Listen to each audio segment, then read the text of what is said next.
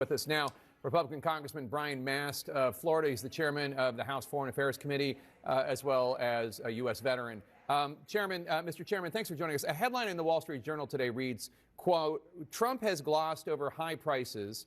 Republicans worry it will cost them, unquote. That's the headline in the Wall Street Journal. Are you hoping at all that President Trump makes high prices the center point of his speech tomorrow in his joint address to Congress?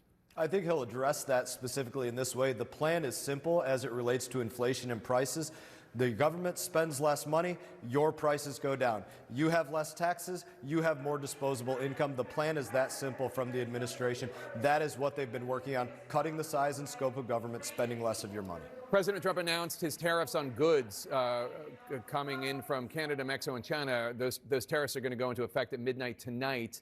That news sent stocks tumbling about 650 points down today. Do you support these tariffs? Are you worried at all that the cost is going to be passed on to the consumer?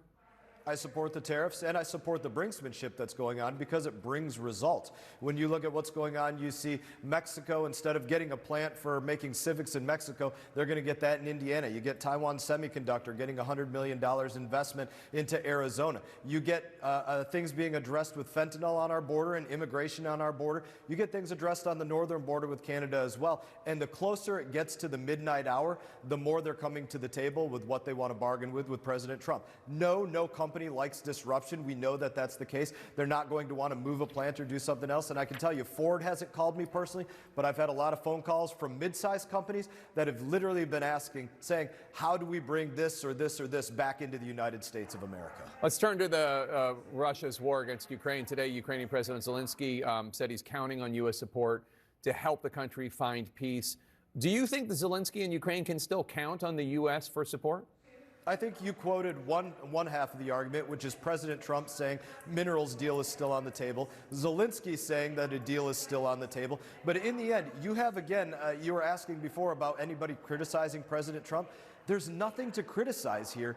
He's moving the ball down the field. You have a situation where now Europe is finally realizing they have to be a partner in security. If there's going to be any security guarantee for Europe, that has to come from Europe standing on its own. It has to come from European nations meeting GDP percentages like Poland is up at 4%. From UK saying they're going to up their spending, an additional $2 billion a year. From Germany saying, hey, we're going to create a $400 billion defense fund, and the list goes on and on. From Macron in Paris to others, they're all realizing what President Trump is doing in making sure that Europe is a partner that doesn't need America to go out there and defend every bit of it. And I'm going to make one other statement on this as well, and that's to say everybody has to realize that they're still, it's so ironic, they're still reliant on Russian oil and gas, moving it throughout Europe or moving it to other places and bringing it back into Europe. So they're essentially putting as much money into supporting Russia and not putting as much money into actually defending Ukraine and then begging us to be the backstop for security.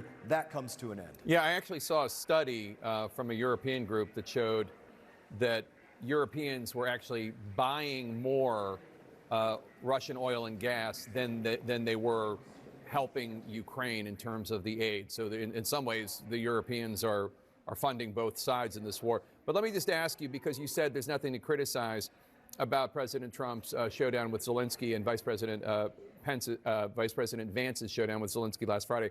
I just want to read, this is from Republican Senator Lisa Murkowski, who said on Twitter on March 1st, this week started with administration officials refusing to acknowledge that Russia started the war in Ukraine. It ends with a tense, shocking conversation in the Oval Office and whispers from the White House they may try to end all U.S. support for Ukraine. She says, right now I'm sick to my stomach as the administration appears to be walking away from our allies and embracing Putin, a threat to democracy and U.S. values around the world. That's a fellow Republican.